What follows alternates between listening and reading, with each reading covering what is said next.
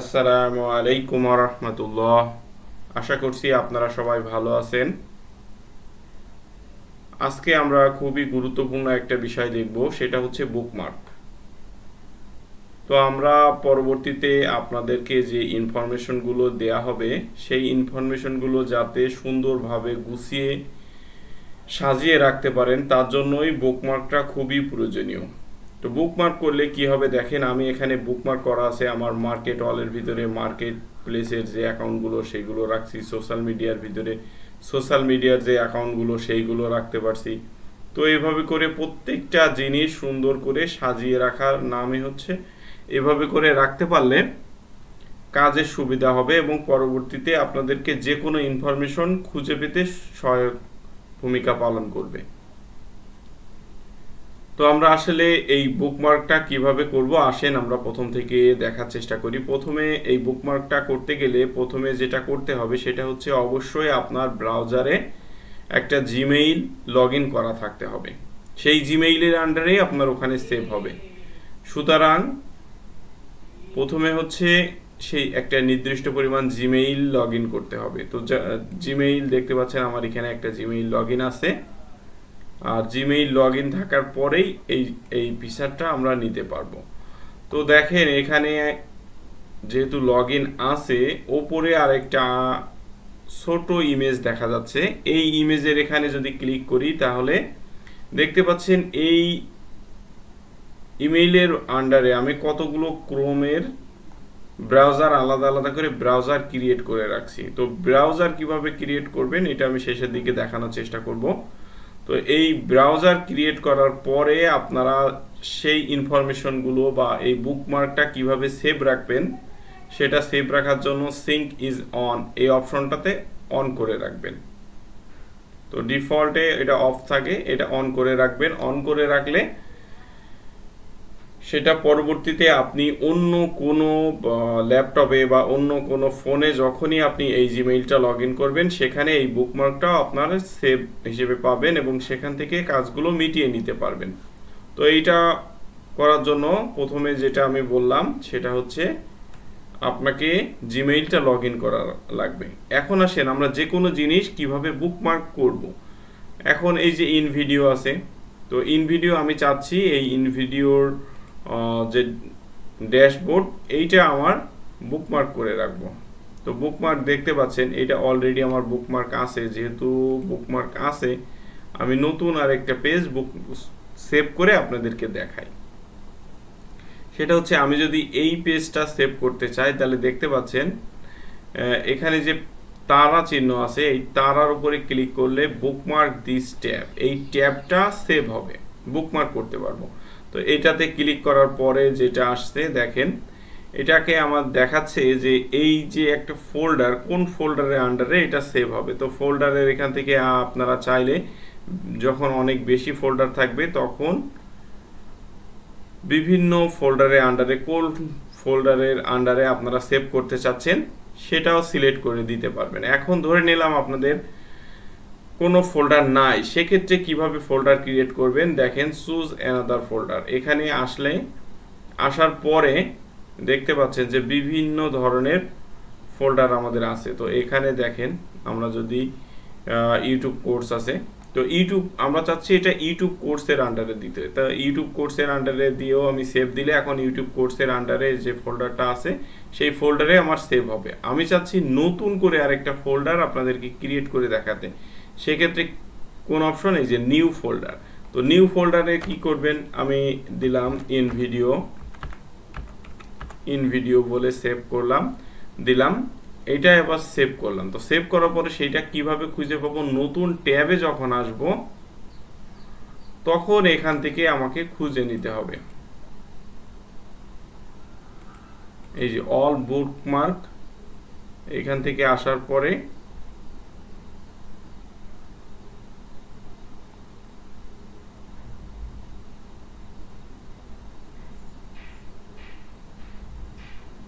আসলে আমার অনেকগুলো ফোল্ডার আছে, এই জন্য দেখতেই পাচ্ছেন যে ডিজিটাল মার্কেটিং নামেও আমার আবার অনেকগুলো ফোল্ডার আছে। তো বায়ার ফোল্ডার দিয়ে আবার অনেকগুলো ফোল্ডার আছে। তো এইভাবে করে আপনারা নির্দিষ্ট জায়গায় যখন আসবেন তখন এই ফোল্ডারটা আপনারা খুঁজে পাবেন। তো এইটা গেল আমরা একটা ফোল্ডার কিভাবে সেভ করব, বুকমার্ক করব। এখন আসেন যদি কোনো ইনফরমেশন আপনাদেরকে ডিলিট করতে হয় তাহলে কিভাবে ডিলিট করবেন। তো সেম প্রসেস, এখানে আমরা এই ট্যাবটা ওপেন করলাম। তো আমরা চাচ্ছি যে আমরা এমন একটা ইনফরমেশন নিই যে ইনফরমেশনটা আমরা ডিলিট করতে পারবো। তো যখন আমি ডিলিট করব দেখেন এখানে আসার পরে রাইট ক্লিক করলে এই যে ডিলিট দিলে ওই লিঙ্কটা চলে যাবে। তো এইভাবে করে আমরা যে কোনো কিছু ডিলিট করতে পারবো। এটা গেল আমরা কিভাবে একটা বুকমার্ক করা জিনিস আমি কিভাবে ডিলিট করব। এখন হচ্ছে এই যে ফোল্ডারটা আমরা উপরে সাজিয়ে রাখছি, এইটা আপনারা যদি চান গুরুত্ব অনুসারে এগুলো সামনে পেছনে আগে পিছিয়ে করতে পারবেন, কিংবা একটা ইনফরমেশন এটা জাস্ট টেনে ধরে আরেকটার ভিতরে দিয়ে দিলেই চলে যাবে। তো এইভাবে করে আপনারা কাজগুলো করতে পারবেন। এখন আসেন যে আমরা প্রথমে যেটা দেখিয়েছিলাম যে আমরা নতুন করে একটা ব্রাউজার কিভাবে ক্রিয়েট করব। তো আমরা ক্রোম ব্যবহার করছি। তো অনেক ক্ষেত্রে ক্রোমের আরেকটা ব্রাউজার আমাদেরকে ক্রিয়েট করতে হতে পারে, কারণ যখন বায়ারদের নতুন নতুন কাজ নেওয়া হবে সেই ক্ষেত্রে সেম ব্রাউজারে লগ ইন করার পরিবর্তে আমি যদি অন্য কোনো ব্রাউজার নিই, যেমন মোজিলা ফায়ারবক্স কিংবা ওপেরা মিনি, সেক্ষেত্রে ক্রোমের মতো স্বাচ্ছন্দ্যে কাজ করাটা কঠিন হয়ে যায়। তো এই জন্য যেটা করতে হবে, এই যে অ্যাডে আসবো, এখানে আসার পরে আমি আবার দেখাই, এই যে ছবির পরে ক্লিক করলাম, করার পরে এই যে অ্যাড চিহ্ন আছে, অ্যাডে আসবো। তো অ্যাডে আসার পরে আমাদেরকে বলছে যে set up your new Chrome profile. তো এখানে সাধারণত দুইটা অপশন থাকবে, একটা হচ্ছে সাইন ইন উইথআউট, আরেকটা অপশন হচ্ছে কন্টিনিউ উইথআউট অ্যান অ্যাকাউন্ট। এই বিষয়টা কি, এটা হচ্ছে যদি আপনি নতুন যে অ্যাকাউন্টটা ক্রোমের ব্রাউজারটা ক্রিয়েট করছেন এটা যদি জিমেইলের আন্ডারে কোনো কিছু করে রাখেন, সেক্ষেত্রে সেটা সেই জিমেইলটা লগ ইন করতে হবে, তার জন্য বলছে সাইন ইন। আর যদি মনে করেন যে না আমি জিমেইলের আন্ডারে না এমনিতেই একটা করব, তাহলে সেক্ষেত্রে কন্টিনিউ উইথআউট অ্যান অ্যাকাউন্ট। তো আমরা কন্টিনিউ উইথআউট অ্যান অ্যাকাউন্টে আসলাম। আসার পরে এখান থেকে আমরা যে ব্রাউজার নামে ব্রাউজার ক্রিয়েট করতে চাচ্ছি নতুন, সেইটা কিভাবে করব। তো আমি ধরে নিলাম নতুন যেটা করব সেখানে আমি ক্যাট নিশ নিয়ে কাজ করব। তো আমি এটার নাম ক্যাট দিলাম। তো যে নামে দিবেন আপনারা খুশি নামটা দিতে পারবেন। তো আমরা এখান থেকে আমরা কিন্তু পিকচারও সেট করতে পারবো। তো পিকচারে যে প্রথম যে পিকচারটা আছে ক্যাট, তো আমরা আপনাদের সুবিধার্থে আমরা এই যে নতুন আরেকটা এটা সেভ রেখে ওকে দিলাম।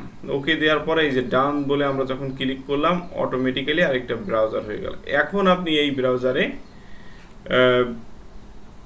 যেভাবে খুশি এখান থেকে নতুন কাজগুলো আপনারা করতে পারবেন। আরেকটা বিষয় হচ্ছে অনেক সময় দেখা যায় যে নতুন কোনো জিনিস আপনাদের অন্য কোনো ব্রাউজারে হয়তো বা ওপেন করতে হয়, সে ইনকগনিটো মোড। সে ইনকগনিটো মোডটা আপনারা কোথায় পাবেন দেখেন, এখানে ক্লিক করলে নিউ ইনকগনিটো উইন্ডো বলে একটা ইন্টারফেস পাবেন। এখানে যদি ক্লিক করেন দেখেন এটাতে ব্যাকগ্রাউন্ড সব কিছু কালো দেখাবে।